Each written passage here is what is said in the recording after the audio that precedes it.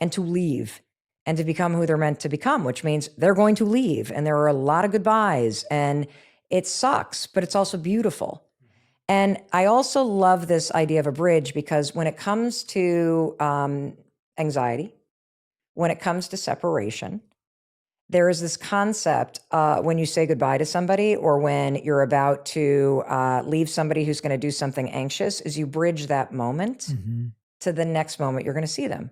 So I'm sure you do this when you say goodbye to your parents in the UK. You hug and say, I can't, for me, I just said, I can't wait to see you on Thanksgiving break.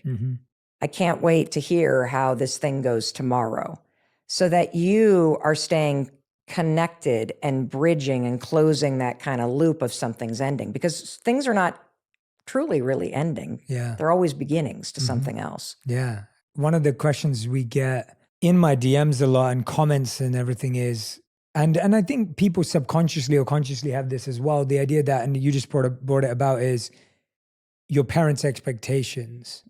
So either some people had parents who had very high expectations or different expectations to what the kids wanted. Like, you're very aware that what your daughter wants to be, and you're happy to support it as long as she wants to be it. Some people have the experience of, well, my parents had very high expectations, but they're not the expectations I want.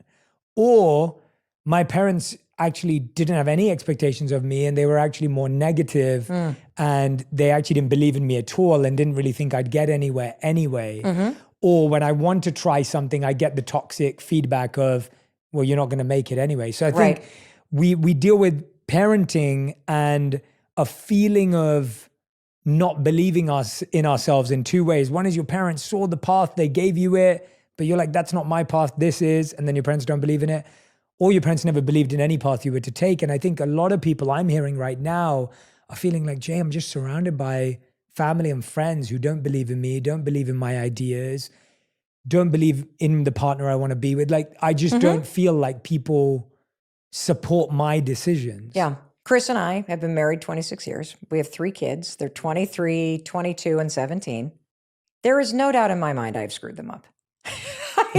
How could you not? Yeah. I mean, we're talking about millions of moments where somebody needs emotional support, and you are a mismatch in that moment, right? And I love this term of parental mismatch, because it allows those of us that still have a good relationship with our parents to acknowledge a fact. And the fact is, there are things that went down in your childhood that you may not even remember, that left you with negative or toxic thinking patterns that you struggle to get rid of as an adult. It is a fact, period. And so I want to start off by saying that, because we all deal with this, and it is a result of childhood. In fact, Dr. Russell Kennedy, who is amazing, you should have him on your podcast, says that all anxiety results from a feeling of separation from your parents when you're a kid, probably before you were 5. A moment where you felt separate, there was a mismatch. Maybe you were sitting on the floor, you don't even remember this, you're quietly playing, you're in a happy space, and mom or dad comes home and they're frustrated. And all of a sudden they lie, like everybody does at some point, because everybody has a volcano moment. It's a fact. And it startles you as a kid. Your body remembers that. And there's this concept in research called ghosts in the nursery, that a lot of us struggle as adults with behavior that we're like, where did that come from? And where it comes from is the fact that if you're now an adult and you had an experience growing up in a household where your parents raged, or your parents were abusive, or your parents just ignored you, and you just felt separate or on edge, when you get into those same situations as an adult, your body has a feeling first. We think first. We don't. Your body has the feeling first. And then your body repeats the behavior that you actually observed as a kid. I speak English because I observed and absorbed the language my parents spoke. And so there are patterns that you're struggling with that do not serve you as an adult, that are not your own. And so I want to say that first and foremost, okay?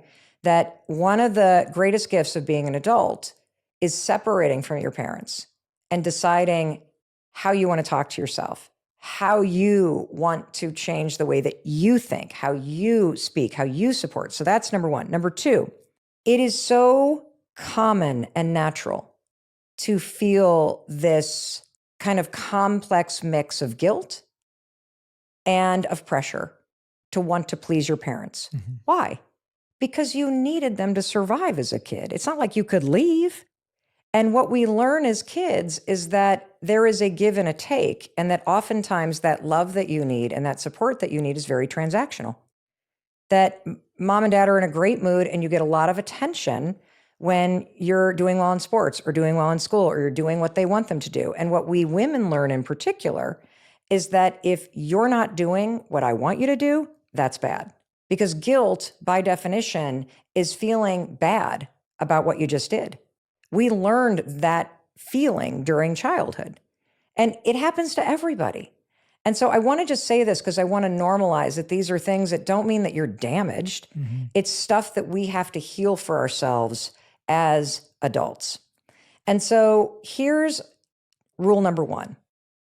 If your parents or your family are not paying your bills, they have no vote. If your parents are paying for your bills, there is going to be power in what they're saying. Mm-hmm.